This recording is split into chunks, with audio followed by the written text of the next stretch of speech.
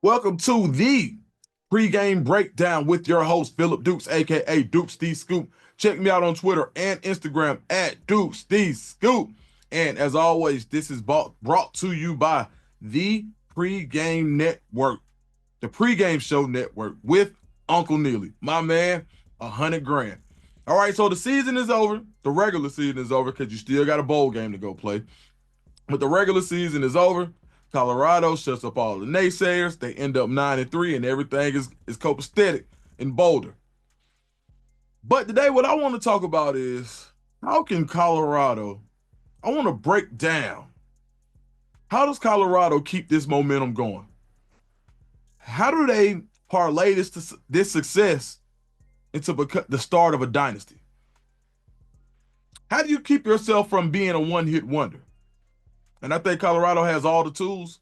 And I think that and they don't need me at all, trust me. But this is some of the things that I know that are coming and some of the things that I think will bode well for Colorado going in the future and how I believe me breaking down versus other schools and seeing what else is out there, how Colorado can maintain dominance. Well, a lot of things when you talk about how you can dominate come from players. So, number one on my list is to continue to be aggressive in the portal. Throughout the last 2 years, you hear about Coach Prime and his recruiting method and his recruiting strategy, and he doesn't get enough high school players. Well, they just literally had the highest average of talent, and he's not a guy who's all in the rankings and stars. Trust me, the staff isn't. Like Colorado likes who they like, regardless of rankings and stars. But they also know sometimes those stars align with what Colorado sees. None more so than this year, when even though they didn't take the most numbers, but based on average player ranking, they were number one in the Big 12. If they stretch that out across, let's say they took 25 kids instead of 15, they're easily top 15 recruiting. They're right at the 90 mark, which when you go look at it, like 89.77. If you follow recruiting and the ranking sites and all of that, you understand that Colorado really put together a very solid recruiting class. They just didn't take the large numbers that everybody else did. So recruiting at that high school rate, why don't you go get more of them? Because they're saving that for the portal. Colorado wants guys with documented production to come in because they're still continuing to make sure they have the most amount of talent on that roster as possible. Guys who are ready to work, guys that you don't have to quote unquote baby, and not and sometimes when you go get college, when you feel pressure from the fan base and boosters and the AD about recruiting rankings and recruiting classes, sometimes you take guys based on somebody else's opinion who may not actually be a fit for your locker room, but he's a 4-star, we got to take him. He's a 5-star, we got to take him. Well, Colorado has afforded themselves not the luxury of not having to do that. So I think it's really important that now that you have that luxury where you're not handcuffed to take guys who may not be a fit, whether it be talent, attitude, or anything else, now that you have that ability, you take it straight to the portal. You go get guys who have documented production, who've done it at a high level, who can fill holes, who have relationships with players who've already been at other places, who they know who can tell them, hey, we may have been doing some BS somewhere else, but that's not gonna fly here. Your culture is set. So now you can go and pick and choose and add and get the right guy here and the right guy there. One position I think you're going to need to add one is going to be cornerback. You need three. You need three top flight guys. And I think Colorado, and you really need four. I think Colorado is going to be aggressive and going to get a really good corner in the portal. I think also another position, and which I'll get to a little bit later, that's going to be important for Colorado in the portal is going to be tight end. Reason being, Colorado is going to do a little smash mouth next year. You can guarantee it. They're definitely going to run the ball at a higher clip than what they did this year. So you need a tight end. And Pat Shurmur and I'll get to that a little bit later. He's very familiar with tight ends. Um, I think another position that you could see some transfer portal activity on a basis of comp. I think you're good at running back, but I do think you bring in a guy who can a mixture guy, maybe a guy who can be the long speed guy, a guy who can be a bruiser like Welch, a guy who's as smooth or has the length that Augusta has, and a guy who can be a blend of all of that. Maybe a younger guy, maybe a 1 year guy who's only had 1 year of college football that can come in, develop, and learn. Or you may go get a high end grad transfer type guy that just needs to come in and run that rock this year.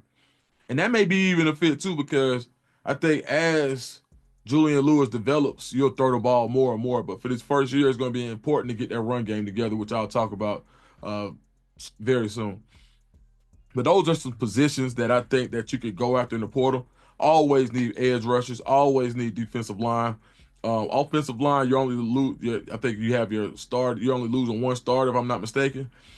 Always could use some depth, but they got some really good depth pieces there already. So I would probably think that you would go D line versus O line, and if you had to make that decision, and yeah, I think you're pretty good at safety. You may see another safety come in. You'll get some depth pieces to make the roster better, but you don't have to flip the roster how you've been doing all of these the rest of the at the beginning of the tenure. But you still want to be aggressive to go get dogs and to go get guys who can play. So in order for Colorado to maintain their dominance in the conference from this year to next, you have to continue to be aggressive in the portal. Step two, got to find your running game. I've been excited to talk about this because Pat Shurmur, right now when you talk about Pat Shurmur, people say, okay, well, he's a quarterback's coach. He's been an offensive coordinator. But they don't realize Pat Shurmur loves to run the ball. He's he was basically turning this offense into a vehicle for Shedeur based on Shedeur being as talented as he is. You don't get a chance to have a number one pick every day at quarterback. So when you have a number one pick, of course you tailor your offense to his talents and strengths. But Shurmur is very talented in his own right at scheming up the run game. Now this year, there are certain things you have to do to get the run game rolling. Guaranteed. One, a lot of times you need to play a tight end just so you can keep that other linebacker guessing, making them take that false step or that safety. Whoever has the responsibility for the tight end, you want a guy who can make you guess, have some multiplicity at that position. So I think that sometimes people forget, or maybe they don't know, but Pat Shurmur was a tight ends coach in the NFL for a long time too. Also, an offensive line coach in the NFL. He wants to run the ball. When you go back and look at some of his more successful seasons as an offensive coordinator, you think about a guy like LaShawn McCoy having 1,600 yards with Philly, coming back the next year having 1,300 yards. Then the next year after that, a guy who had some injuries by the time he took over and on a kind of busted season, but DeMarco Murray had some success under Coach Shurmur. Melvin Gordon, Javonte Williams, the list goes on and on and on. But in particular, I want a good stat that just could kind of show you how much Pat Shurmur really likes to run the ball when he has the pieces or when he needs to. In the season with the Minnesota Vikings, where starting quarterback gets hurt and they have to go with my man, Case Keenum, magic year that year. He had a running back by committee. He had a very, very, very young Dalvin Cook. You had Latavius Murray. You also have one more running back there.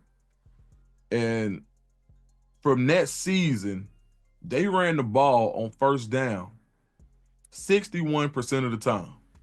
61%, and they still ran it well. I think that's and reason being, when you lose your quarterback that early in the season and you got Case Keenum, you say, how can I protect him? And Case Keenum got off in his own right, trust me. But it's always easier to get off when you're not fighting the first down marker, when you're not behind the chains, when you're not behind the sticks. So Pat Shurmur dedicating his offense to running the ball early. And even on first down, 61% were 61% of the plays, of the first down plays, were runs, and I believe 49% of the total plays were runs. So they threw the ball a lot too, about 50-50.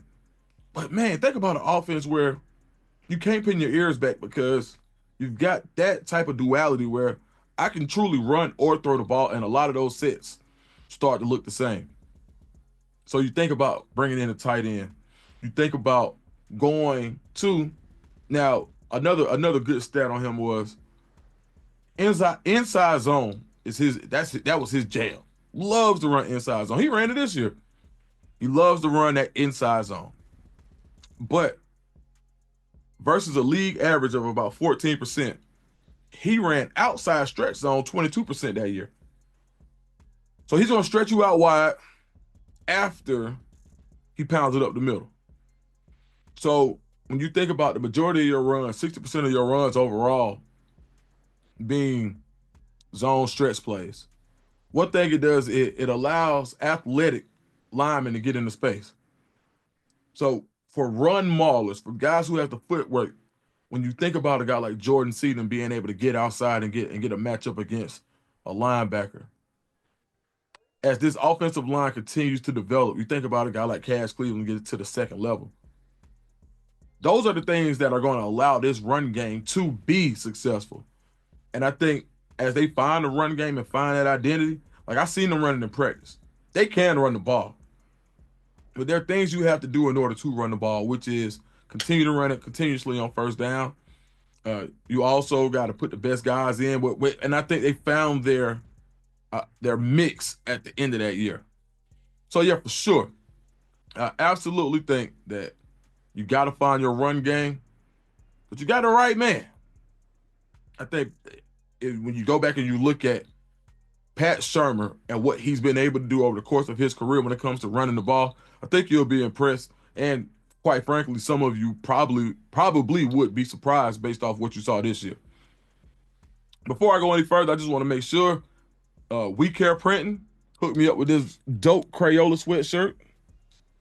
I meant to say it at the beginning, but I just looked at my notes and saw I missed it. So shout out to We Care Printing Company. Find them on Instagram for sure. Shout out to those guys. All right. One of the most important things that you can do to continue to maintain your success from this year to next as a Colorado Buffalo, that staff and that team, is to continue to showcase your success. Nobody in the country does a better job of showcasing what they have to offer from a football perspective in non-football settings than Coach Prime. Coach Prime, whether you're talking about Aflac, you see him all day on college football, in your mind you're thinking, Colorado, that's Coach Prime, Colorado. That's what you think now. Then you see him, I'm watching NFL the next day, all day long. I'm seeing Tubi, him and Roxy, the new show. So you're seeing Coach Prime and you're also thinking subconsciously Colorado. But the ways that he uses certain shows and certain appearances to still recruit is something that you can't do, that you won't get anywhere else. Who else has the celebrity of a Coach Prime? And we talked about it ad nauseum, but it's the truth. And you got to continue to do that. Because when you continue to show success, not just from a perspective of Colorado is lit, but now you can start to showcase the Heisman race because you got 2 Heisman candidates. Crazy. When you start to talk about the East-West Shrine Bowl, when you have a ton of players participating, continuing to showcase the brand is huge. Pro Day at Colorado is going to be loaded. Nobody's talking about that. But Colorado's Pro Day is going to be loaded this year. And I'm willing to bet that this will probably be their highest turnout of pros in the history of the program. Excuse me, pro scouts. That Pro Day is going to be lit. And I guarantee you, there are going to be cameras around. And as they continue to do that, the strategy put into Colorado off the football field is something that sets them apart. The 4 commits joining the night show with Shannon Sharp and Chad Ochocinco. That was big. That was nice. Julian Lewis, Pat McAfee. Nice. Well Off Media. Nice. The pregame network. Nice. So many avenues to show what this program really is. And where else do you get this type of access to what's really going on in a college football program than Colorado? You're continuing to put your athletes in positions to build their brand. That only helps you recruiting and leveling up the amount of talent that you're bringing in. So as far as next year, you still got a spring portal. So what you do all this time is still going to help you next year. So the way that you continue to showcase your success, and in order to showcase it, continue to be successful, a bowl game, a 10-win season, there's something about double-digit wins when it comes to college football that rings. A 10-win season would be huge. How are you going to get to that 10-win season? We don't have no opt-outs. Ain't nobody opting out. No, we're going to play ball. The culture. Subconsciously. Each other. Those are the things that makes Colorado special that you got to continue to showcase. And that's going to be the talk of whatever, whether it's the Alamo Bowl, the Holiday Bowl, I don't know. Whatever bowl it is. You better believe they're going to be talking about what other bowl game, not playoff game, bowl game. This may be the only time, the last time that we see a number 1 pick and a number 2 pick playing a bowl game. And I don't even care if it's on separate teams. This may be the last time we ever see this. Because outside of the playoffs, the ability to get these guys to opt in only speaks volumes about this program. Who Coach Prime is and what he's building. What that staff is building. Yeah, man. And speaking of the staff, my last point today before I get out of here on the pregame breakdown brought to you by the Pregame Show Network. See you. Continue to be you.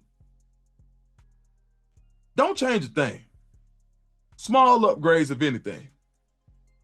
But the way that you talk to each other, the way that you hold each other accountable, the way that you give the recruiting staff the leeway to be themselves and talk to these recruits in a way that they're being built up and not just recruited. So when they get to school, you're not doing any de-recruiting. You're letting them know up front. Continue to be you. We talk about how the culture is. The people on the field, the celebrities, the stars, all of that. Be you. They're comfortable. You're not hearing people leave and say, oh, man, I wasn't taken care of it. They didn't have time for me. Be you. There's something special there. The way that Coach Prime dives into the community, the way that the staff dives into the community, continue to be you. That's what got you there. I want to talk about a guy, Corey Phillips. Really does a really good job in the personnel department. You saw him yesterday on signing day. You saw that glimmer in his eyes when he was talking to these players, when he was talking to these future buffs. Continue to be you, authentically you. And if I don't have anything else to say about this program, I'll say this is authentic. Ain't no lot of faking going on. This is a real program. Now, I've watched it inside out the same way I've watched multiple programs. I've visited multiple programs. And I've gotten inside looks, and I know people on the inside. And for some, I've even talked about working there. And from that perspective, I have to say, this is the most authentic program that I've been around. And I think that's the reason that Colorado has been so successful, because people are able to block out the noise on the outside because they know what's really going on the inside. So see, you continue to be you, and everything will be all right. That's my time. Follow me on Instagram and Twitter at Dukes D Scoop. See y'all next week on the pregame breakdown.